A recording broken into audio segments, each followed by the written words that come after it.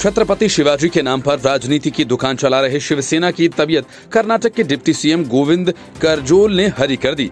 महाराष्ट्र और कर्नाटक के बीच जारी सीमा विवाद को एक नया मोड़ देते हुए गोविंद करजोल ने ये कह डाला कि छत्रपति शिवाजी मराठा नहीं, महाराज कन्नड़ थे और लगे हाथ उन्होंने उद्धव ठाकरे को इतिहास की शिक्षा लेने की भी सलाह दे डाली।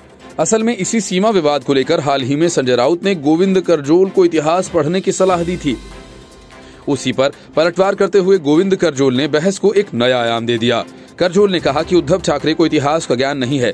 उन्होंने कहा कि छत्रपति शिवाजी के पूर्वज बेलियप्पा एक कन्नड़ थे और कर्नाटक के गदग जिले के सोरतूर के रहने वाले थे। एक ऐसा समय आया था कि जब गदग को भारी सूखे और अकाल का सामना करना पड़ा, तब बेलियप्पा को वहां से पलायन कर महाराष्ट्र का रुख करना पड़ा। उनके ही वंश की चौथी पीढ़ी में छत्रपति शिवाजी महाराज का जन्म हुआ। कर्नाटक के उप मुख्यमंत्री ने बेलगावी में ये बयान दिया।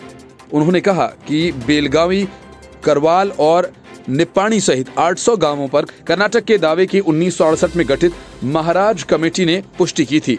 उन्होंने दावा किया कि महाराष्ट्र की महाविकास अघाड़ी सरकार की तीनों पार्टियों में जो आंतरिक कलह चल रही है, उससे ध्यान भटकाने के लिए सीएम उद्धव ठाकरे ने कर्नाटक महाराष्ट्र सीमा विवाद पर बयान दिया। उत्तर पश्चिम कर्नाटक स्थित बीजापुर के रहने वाले करजोल ने उद्धव ठाकरे को संबोधित करते हुए कहा कि जिन छत्रपति शिवाजी के नाम पर उनकी पार्टी का नामकरण किया गया है और जो इस पार्टी के प्रमुख आइकन हैं, वही कन्नड़ हैं।